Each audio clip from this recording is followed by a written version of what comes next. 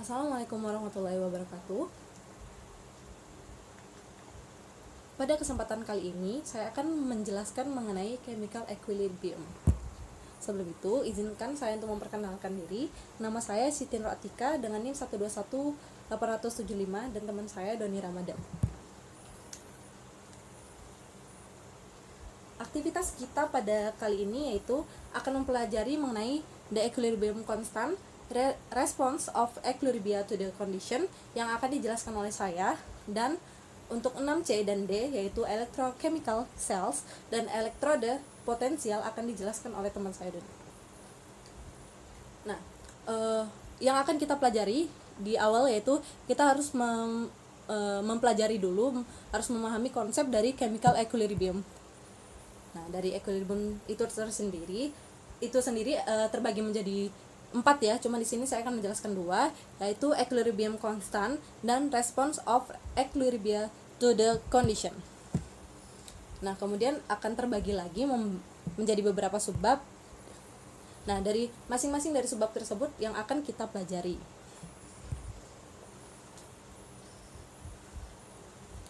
Oke, kita masuk ke chemical equilibrium. Pada fokus 6 ini kita akan mempelajari mengenai chemical equilibrium. Sebelum membahas lebih dalam mengenai chemical equilibrium, kita harus memahami terlebih dahulu konsep dari equilibrium itu tersendiri. Nah, jika berbicara mengenai equilibrium, hal apa yang pertama muncul di benak kita sih? Apakah kesetimbangan ataukah keseimbangan? Nah, jika kita berbicara mengenai chemical equilibrium, itu pasti tidak luput dari chemical reaction.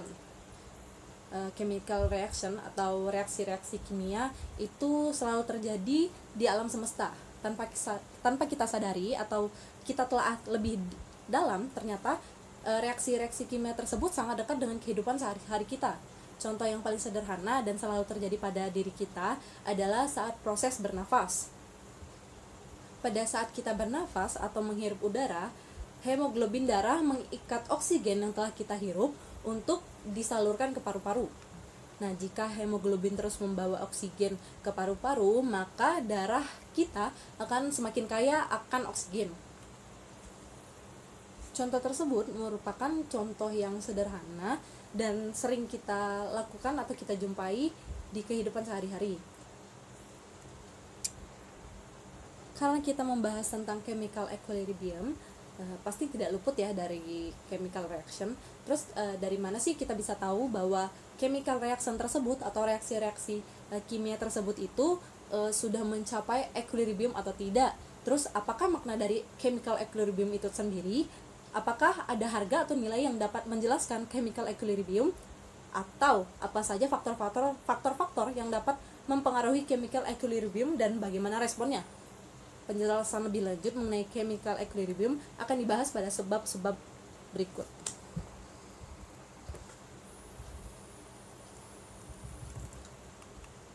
Tadi kita sudah menyinggung sedikit tentang reaksi kimia. Nah, reaksi kimia terdiri dari 2, yaitu reaktan dan produk. Umumnya reaksi kimia ini tidak 100% menghasilkan produk. Pada saat reaksi berlangsung dan menghasilkan produk, ada sejumlah produk yang bereaksi atau terurai kembali membentuk reaksi. Jadi, apakah yang sebenarnya dimaksud dengan kesetimbangan kimia itu sendiri?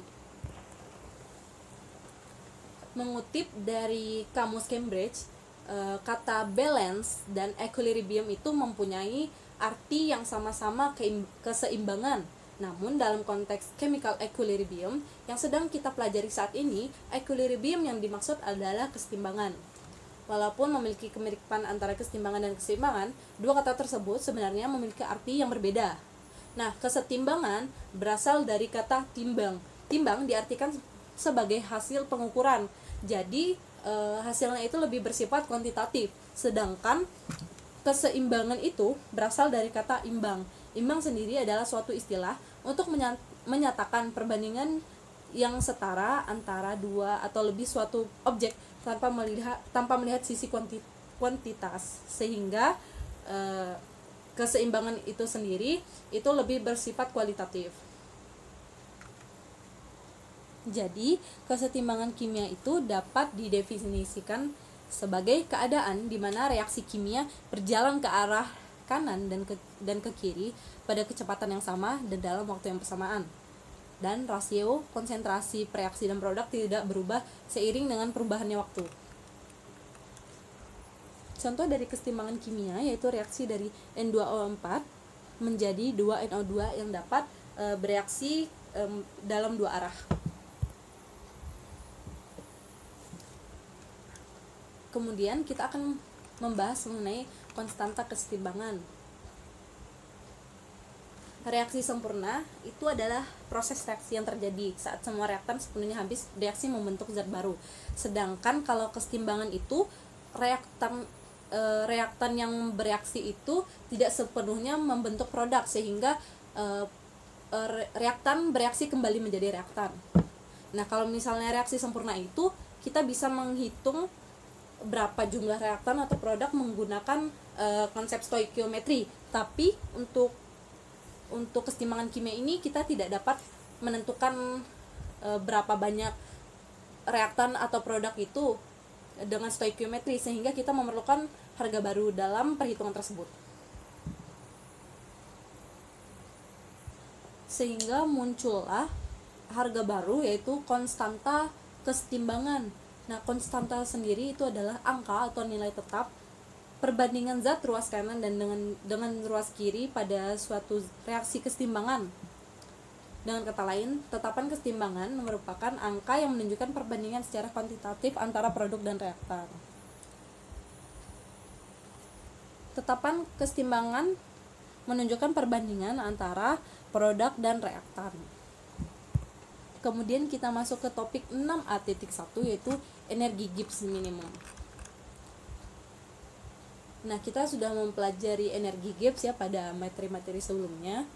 Nah, yang akan kita pelajari di sini yaitu energi Gibbs minimum yang berkaitan dengan kesetimbangan kimia. Jadi pada keadaan tekanan dan suhu yang tidak berubah atau pada keadaan tekanan dan suhu yang konstan, reaksi kimia akan berlangsung spontan menuju ke arah perubahan energi Gibbs yang lebih rendah sampai akhirnya mencapai kesetimbangan.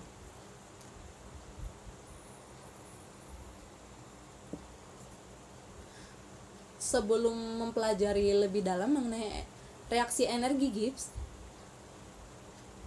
kita akan belajar mengenai extent of reaction terlebih dahulu agar lebih memudahi memahami konsep reaksi energi Gibbs. Jadi di sini ada simbol atau notasi yang menyebutkan tentang extent of reaction. Nah, simbol ini dinyatakan sebagai C atau extent of reaction.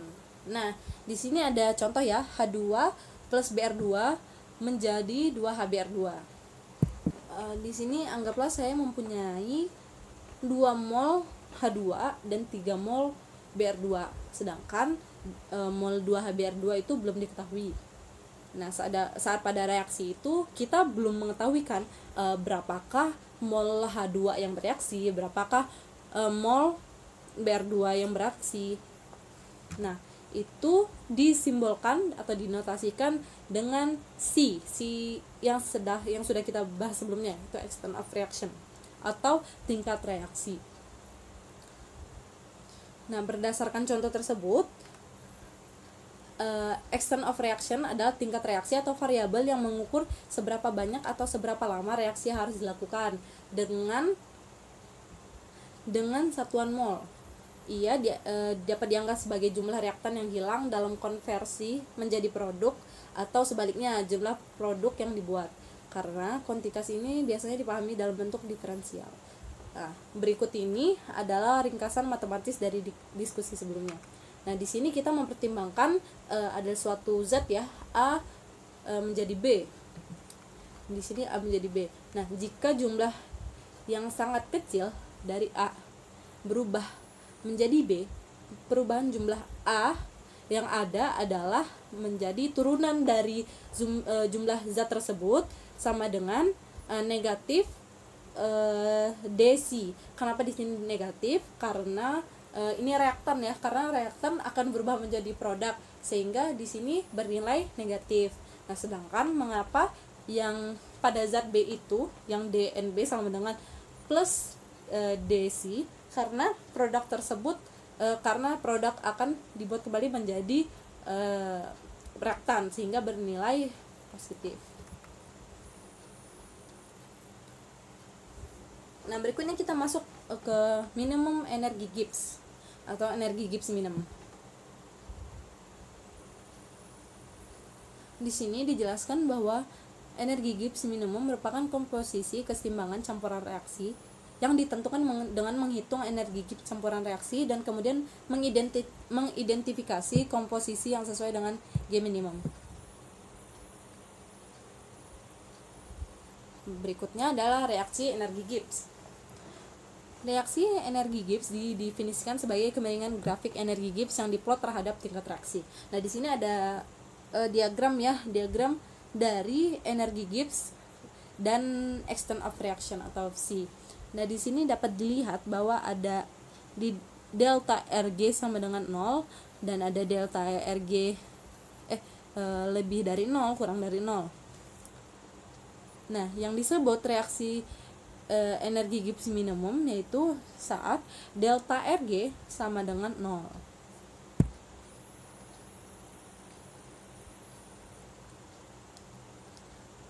Perubahan energi Gibbs yaitu dG atau delta G sama dengan mu A dikali dNA plus mu B dikali dNB. Nah, sehingga didapatkan delta RG atau perubahan reaksi energi Gibbs sama dengan mu B dikurang mu A.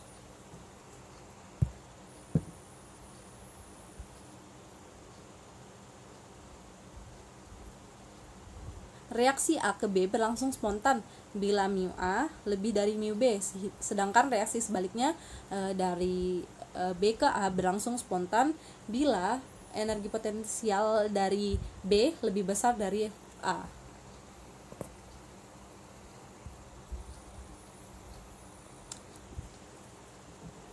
Kemudian kita masuk ke reaksi eksergonik dan reaksi endergonik. Jadi apa sih yang dimaksud dengan reaksi eksergonik dan reaksi endergonik? Jadi reaksi eksergonik itu sendiri adalah reaksi yang prosesnya spontan dan dapat digunakan untuk mendorong proses lainnya. Sedangkan reaksi endergonik itu reaksi yang tidak spontan. Jadi reaksi yang berlangsung spontan itu apabila perubahan energi Gibbs itu kurang dari 0. Dapat dilihat dari grafik.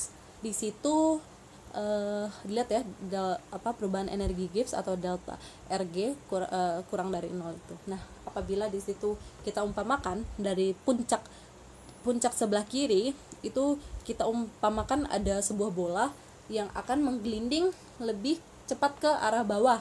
Nah, di situ yang dinamakan energi spontan. Nah, tapi untuk energi tidak spontan itu ketika delta RG lebih dari 0 atau perubahan energi Gibbs-nya lebih dari 0. Nah, tadi kita umpamakan ada bola ya. Nah, bola tersebut kita turunkan dari puncak, dia akan mengarah ke kanan menuju ke delta RG lebih dari 0, kemudian akan balik lagi dan kemudian akan berhenti di titik delta RG sama dengan 0 atau perubahan energi Gibbs sama dengan 0. Nah, ketika delta RG sama dengan 0 itulah reaksi berada dalam kesetimbangan. Kemudian kita akan mempelajari mengenai deskripsi dari kesetimbangan. Yang akan kita pelajari mengenai deskripsi kesetimbangan dari konstanta kesetimbangan pada beberapa masalah, yaitu kesetimbangan pada gas ideal setimbang, pada kasus-kasus reaksi, pada hubungan antara konstanta kesetimbangan, dan pada interpretasi molekuler pada konstanta kesetimbangan. Yang pertama yaitu perfect gas equilibrium. Salah satu pengaplikasian yang fundamental dari konsep kesetimbangan adalah penggunaan pada reaksi gas homogen, yaitu reaksi yang bereaksi sepenuhnya antara reaktan dan produk. Aplikasi penting dari teori kesetimbangan berada di bidang reaksi gas homogen, yaitu reaksi yang terjadi seluruhnya antara produk gas dan reaktan. Gas dapat dianggap mematuhi hukum gas ideal, variasi pada suhu konstan dari energi bebas gas ideal. Kemudian bagaimana dengan deskripsi konstanta kesetimbangan dalam gas ideal? Jika ada reaksi antara A dan B adalah gas ideal, sehingga didapatkan perubahan reaksi Gibbs sama dengan perubahan reaksi Gibbs standar plus RT ln PB per PA. Jika rasio tekanan parsial atau PB per PA disimbolkan dengan Q atau reaksi Quenchen, delta RG sama dengan delta RG 0 plus RT ln Q. Pada kesetimbangan perubahan energi Gibbs sama dengan 0, Q diubah menjadi K, sehingga dapat dicari harga K sama dengan PB per PA dalam kondisi equilibrium, atau konstanta kesetimbangan sama dengan hasil bagi dari tekanan parsial, rasio tekanan parsial. Berdasarkan penjabaran rumus tersebut, konstanta kesetimbangan dapat dituliskan secara singkat, yaitu konstanta kesetimbangan adalah perbandingan densitas produk terhadap densitas reaktan dalam kondisi setimbang.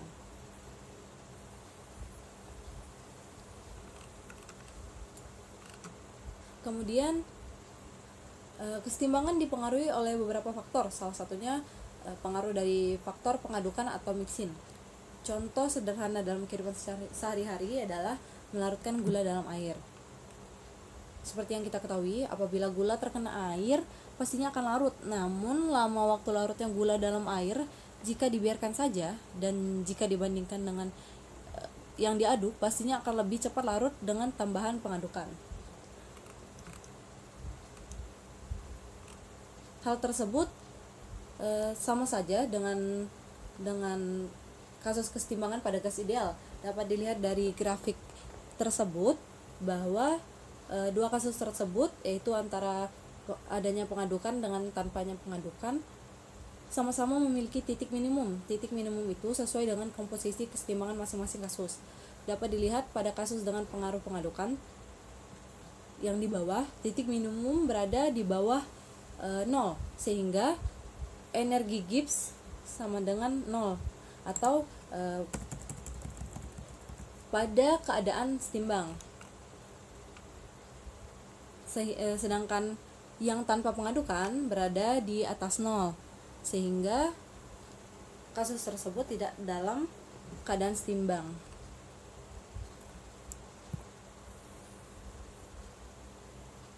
Kemudian kita lanjut ke B, yaitu the general case of reaction atau kasus umum reaksi. Reaksi kimia dapat dinyatakan secara simbolis dalam stoikiometri. Jumlah koefisien stoikiometri dari reaksi adalah 0, sehingga dapat dituliskan sigma J Vj sama dengan 0.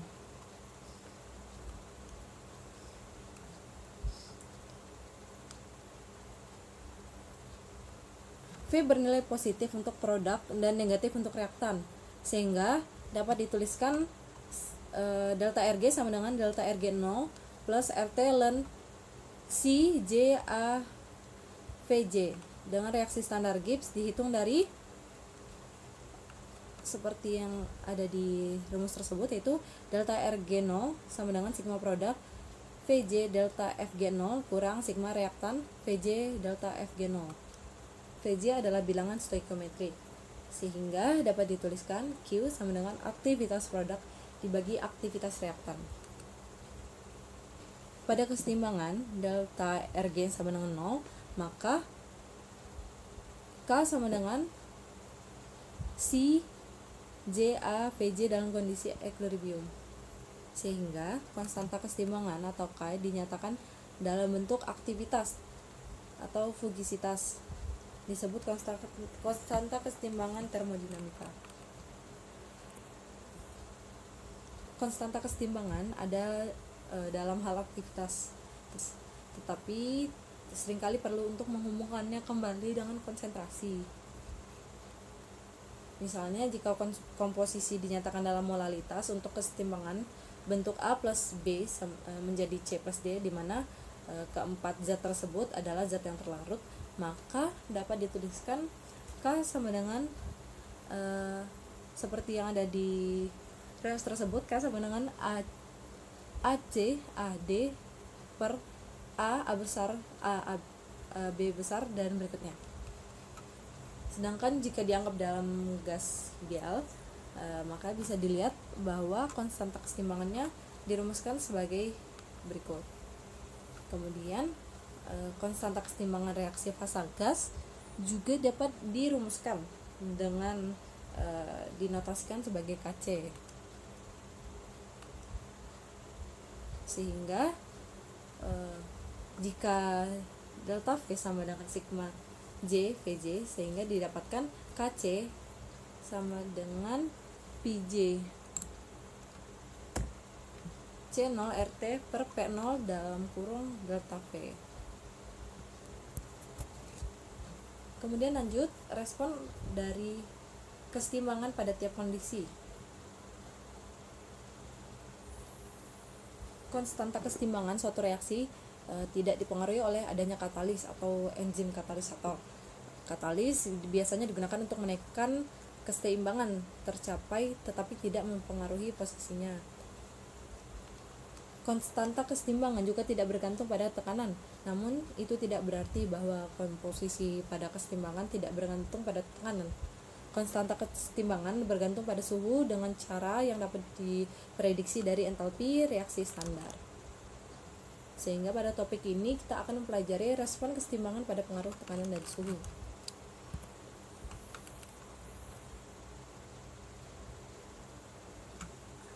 Respon dari tekanan.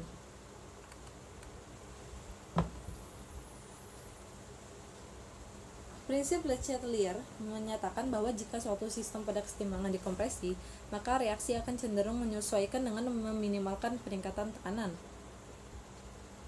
Jika keseimbangan gas sempurna A menjadi 2B, maka konstanta keseimbangan dapat diketahui dengan persamaan sebagai berikut. K sama dengan P kuadrat B dibagi PaP0. Kemudian respon untuk temperatur. Perubahan konsentrasi atau tekanan mengganggu keseimbangan karena hasil bagi reaksi bergeser dari nilai keseimbangan. Perubahan suhu suatu sistem pada keseimbangan memiliki efek yang berbeda, yaitu perubahan suhu sebenarnya mengubah nilai tetapan keseimbangan, namun secara kualitatif kita dapat memprediksi pengaruh perubahan suhu dengan memperlakukannya sebagai tekanan pada sistem dan menerapkannya pada prinsip Le Chatelier. Prinsip Le Chatelier memprediksi bahwa sistem pada keseimbangan cenderung bergeser ke arah endotermik jika suhu dinaikkan, karena kemudian energi diserap sebagai panas dan kenaikan suhu dilawan. Sebaliknya, keimbangan dapat diharapkan cenderung bergeser ke arah eksotermik jika suhu diturunkan, karena kemudian energi dilepas dan penurunan suhu ditentang. Kesimpulannya bahwa reaksi eksotermik mengakibatkan peningkatan suhu dan lebih menyukai reaktan, sedangkan reaksi endotermik yaitu menyebabkan peningkatan suhu atau dan lebih menyukai produk. Oke, di sini saya mau menjelaskan tentang topik 6C yang berjudul electrochemical cells. Apa itu electrochemical cells? Oke, jadi sel elektrokimia itu suatu alat yang mampu menghasilkan energi listrik dari energi kimia atau redox, atau menggunakan energi listrik untuk menjalankan reaksi kimia atau redox itu sendiri. Oke, selanjutnya jenis-jenis sel elektrokimia. Yang pertama itu ada sel volta. Sel volta itu sel elektrokimia yang dapat mengubah energi kimia reaksi redoks spontan menjadi energi listrik atau arus listrik. Yang kedua ada sel elektrolisis. Sel elektrolisis itu sel elektrokimia di mana terjadi perubahan energi kimia karena mengalirnya arus listrik melalui elektrolit.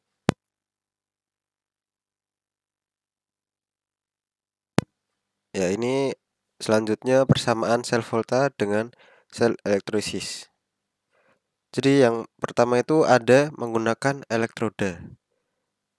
Reaksinya dari elektroda ini ada dua, katoda itu menjadi reduksi, lalu anoda menjadi oksidasi.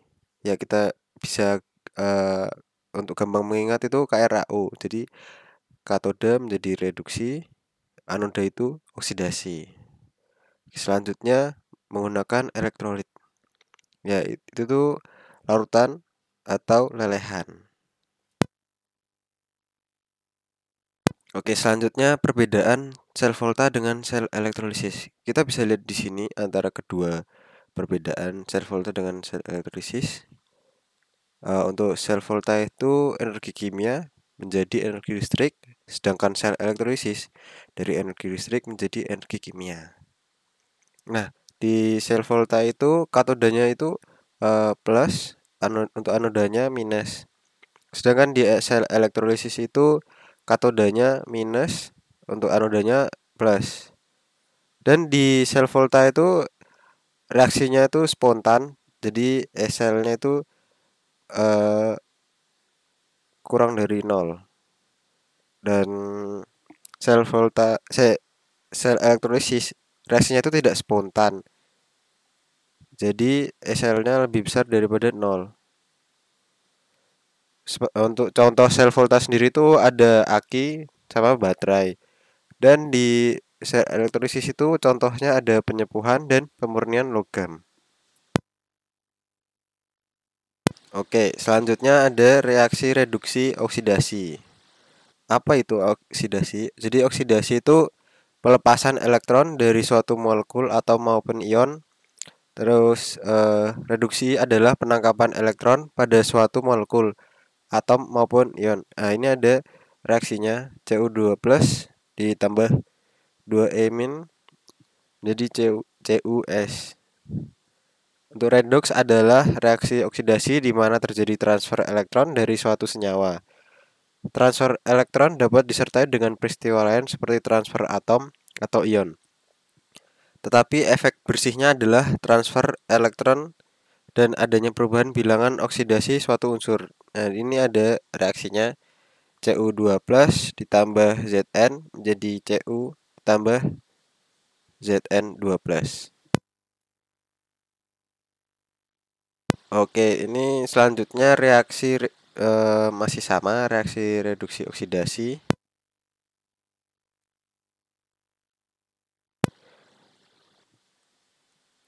Eh,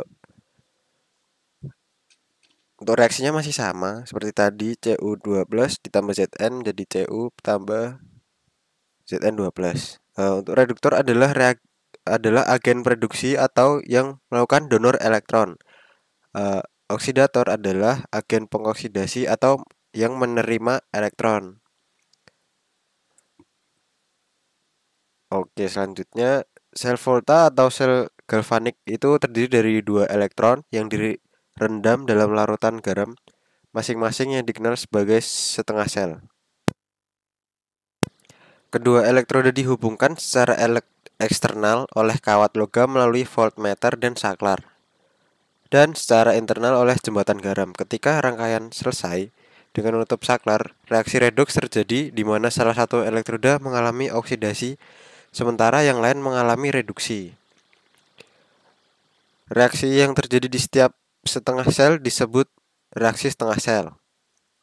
Penamaan elektroda sesuai dengan reaksi yang terjadi pada elektroda tersebut. Elektroda di mana reduksi atau perolehan elektron terjadi dikenal sebagai katoda, dan elektroda di mana oksidasi atau kehilangan elektron terjadi dikenal anoda. Setengah reaksi adalah komponen reaksi oksidasi atau reduksi dari reaksi redoks. Setengah reaksi diperoleh dengan mempertimbangkan perubahan bilangan oksidasi masing-masing zat yang terlihat dalam reaksi redoks.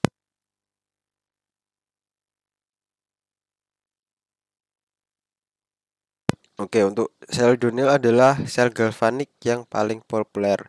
Itu dibangun oleh dua elektroda batang Zn dicelupkan ke dalam ZnO4 larutan, dan batang Cu dicelupkan ke dalam CuSO4 larutan yang dihubungkan oleh jembatan garam. Reaksi redoks yang terjadi di dalam sel adalah,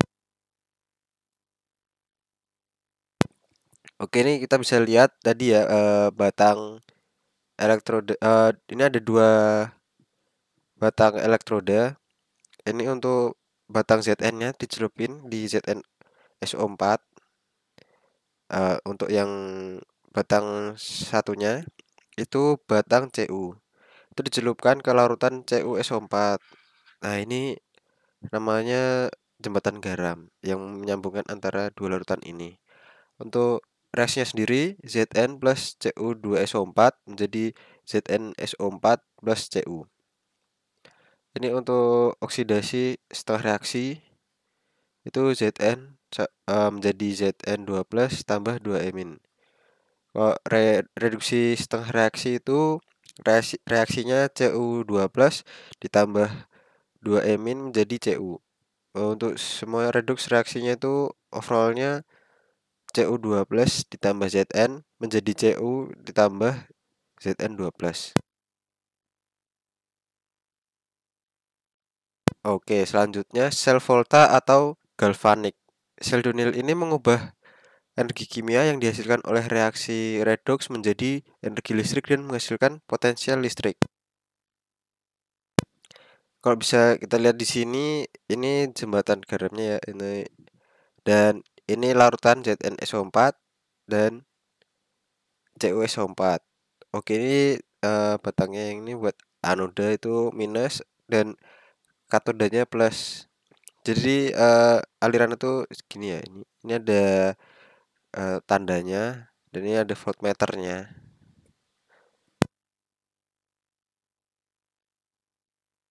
Oke, kita lanjut di setengah reaksi. Ketika rangkaian selesai dengan tidak menutup saklar, pengurangan Ag+ menjadi Ag terjadi secara spontan di setengah sel di sebelah kiri dan oksidasi Cu menjadi 2+, Cu2+, terjadi secara spontan di setengah sel di sebelah kanan. Reaksi yang terjadi pada setiap setengah sel adalah reaksi. Dalam reaksi sel perak terjadi setengah reaksi berikut. Oke, ini kita bisa lihat untuk ini yang terjadi reduksi dari Ag+ tambah Mn itu mereduksi jadi Ag. Untuk oksidasinya itu Cu dioksidasi jadi Cu2+ tambah 2E min. Ini sama seperti tadi. Nah, ini yang kiri ini reduksi. Ini reaksinya sama seperti yang ini ya. Terus ini oksidasi. Ini jembatan garam. Kalau kalau tadi kan anod tetap sama dari anoda ke katoda. Nah, ini bedanya cuman ditukar aja larutannya. Yang ini anoda, ini katoda. Ini untuk apa? Alirannya dari anoda ke katoda. Oke, peran jembatan garam. Jembatan garam biasanya digunakan untuk menghubungkan elektroda sel galvanik. Mudah dibuat dan terjadi dari gel yang ditarik dalam tabung U yang bersih. Gel dibentuk dengan menambahkan agar-agar ke dalam air mendidih mengandung elektrolit yang sesuai seperti KCl. Umumnya KCl itu lebih disukai karena konduktansi ionik K+ dan Cl+ hampir sama. Ini gambarnya sama seperti yang tadi. Oke, selanjutnya notasi sel. Anoda adalah elektroda di mana terjadi reaksi oksidasi. Penulisan anoda di sebelah kiri diagram. Oke, ini anodanya. Katoda adalah elektroda di mana terjadi reaksi reduksi. Penulisan katoda di sebelah kanan diagram ini. Batas antara elektroda dan larutan digambarkan dengan satu garis vertikan ini. Ini batas antara elektroda dan larutan.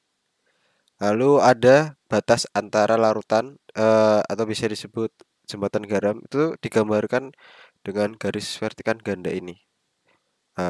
Jembatan garam atau batas antara larutannya.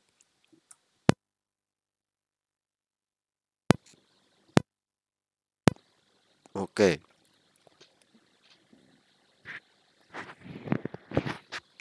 Selanjutnya potensial sel. Perbedaan potensial antara dua elektroda dikenal sebagai potensial sel, Ini adalah maksimum potensi yang dapat dihasilkan sel tertentu dan diwakili oleh S-sel, dan itu tergantung pada komposisi elektroda, konsentrasi ion di setengah sel, dan suhu. Ketika sistem dalam keadaan standar, potensial dari sel galvanik adalah potensial sel standar, dilambangkan dengan S-sel. Oke, selanjutnya persamaan Nernst. Pengaruh konsentrasi pada potensial sel dapat dimulai dari termodinamika, yaitu ini.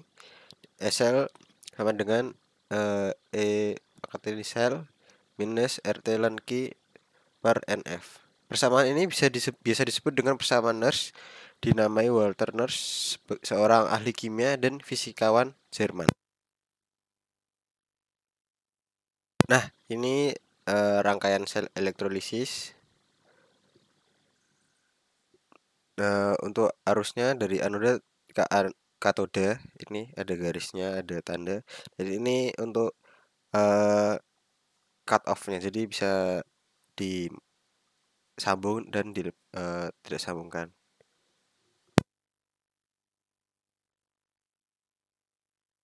Oke, selanjutnya masuk ke topik 6D. Topik 6D ini elektroda potensial. Apa sih elektroda potensial itu? Jadi potensial elektroda adalah potensial listrik pada komponen elektroda. Dalam sel terdapat potensial elektroda untuk katoda dan potensial elektroda untuk anoda. Ya, untuk potensial standar ini, elektroda yang dipilih secara khusus adalah elektroda hidrogen standar atau SHE. Nah, ini ada persamaannya. Jadi ini E-nya tuh 0 di semua temperatur. Untuk mencapai kondisi standar, aktivitas ion hidrogen harus 1 atau pH-nya 0. Dan tekanan gas hidrogen harus 1 bar. Potensial standar dari pasangan redoks lain yaitu X sama dengan potensial sel, di mana ia membentuk elektroda tangan kanan dan elektroda tangan kiri adalah elektroda hidrogen standar. Ya, ini untuk rumus atau reaksinya.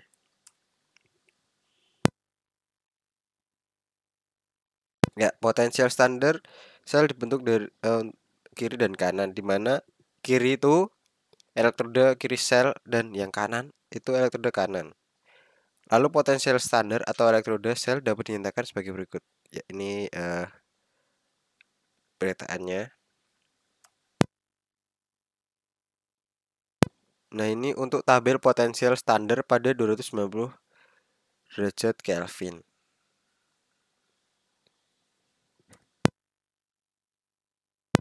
Oke, selanjutnya ada prosedur pengukuran. Diilustrasikan dari kasus elektroda perak atau perak klorida dan pengukurannya menggunakan Harnett cell. Nah, ini dia. Nah, di mana persamaan arusnya itu yang ini.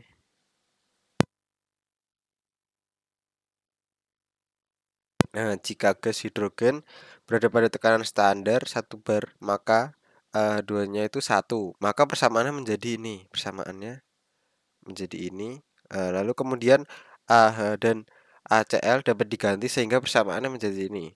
Jadi persamaannya itu dari ini menjadi ini ya. Lalu disubstitusikan dengan persamaan Debye-Hückel. Nah, ini persamaan Debye-Hückel. Lalu ada persamaan SL. Ini persamaan SL menjadi ini. Lalu menjadi ini persamaan SL-nya.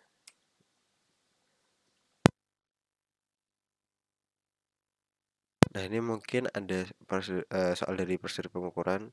Jadi tadi mengingat bahwa potensial standar itu dari pasangan Cu3+ atau Cu dan Cu+ per Cu. Masing-masing adalah plus 0,340 volt dan 0,522 volt. Evaluasi E starnya itu nih Cu2+ dan Cu+. Jadi rumus umumnya itu menggunakan ini. Lalu penyelesaiannya ini.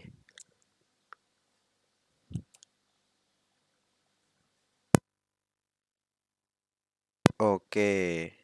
Ini aplikasi dari potensial standar. Ini seri elektrokimianya dan ini reaksi sel. Ya, untuk penjelasannya itu memiliki K kurang dari 1. Jika sel E-starnya itu kurang dari 1. Nah, ini kedua nih. Ini untuk strongly reducing-nya.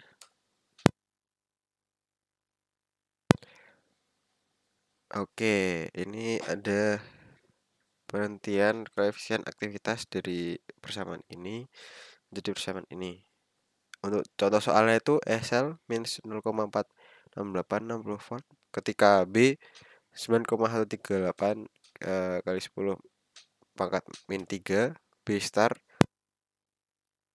karena 2 RT per F-nya 0,05139 volt dan dalam contoh tetapkan bahwa E star cell sama dengan 0,2232. Koefisien aktivitas rata-rata pada voltage ini adalah, nah ini. Jadi ini jawabannya. Nah ini ketemunya. Ini ada contoh soal lagi. Terdapat reaksi disproporsionasi Cu 2Cu plus menjadi Cu plus Cu2 plus pada 298 derajat Kelvin. Nah, hitung tetapan kesetimbangan reaksi sel jika diketahui ini. Nah, ini untuk jawabannya ini. Oke, sekian dari kami. Terima kasih. Jika ada salah kata dan ada kurang dalam menjelaskan materi, mohon dimaafkan. Terima kasih. Wassalamualaikum warahmatullahi wabarakatuh.